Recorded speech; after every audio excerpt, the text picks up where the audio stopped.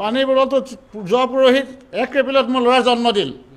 মই বজাৰ কৰিবলৈ আহি বজাৰত এখন দোকানৰ পানী পিয়া লগাতে পাই এই পানী বটলটো কিনিছোঁ পানী বটলত পোক এইটো চাওক ইণ্ডিপেণ্ডেণ্ট নতুনকৈ আহিছে আৰু এই বস্তুটো এই পানী খাই পেলাই মানুহ কি হ'ব আমি কেনেকৈ জীয়াই থাকিম এইবিলাক খাই পেলাই সেইকাৰণে মই আপোনালোকৰ সাংবাদিকসকলক মই জনাবলৈ আহিছোঁ এইটো কি পানী খুৱাইছে এনেকৈ পানী খাই আমাৰ মানুহবিলাক কেনেকৈ থাকিব জীয়াই এইটো চিল বটল এইটো চাওক নগাঁৱৰ মই ডিমৰুগুৰিত কিনিছিলোঁ হয় হয়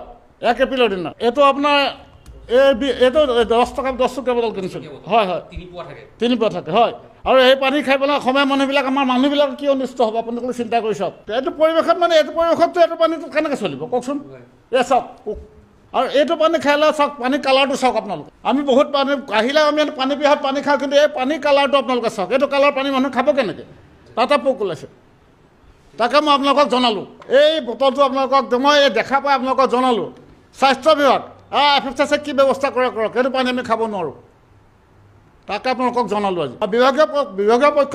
সেইটো ল'বই লাগিব আকৌ তাৰ ব্যৱস্থা নল'লে কেনেকৈ হ'ব এই এনেকুৱা মানুহ এই পানী খাই মানুহ কেনেকৈ থাকিব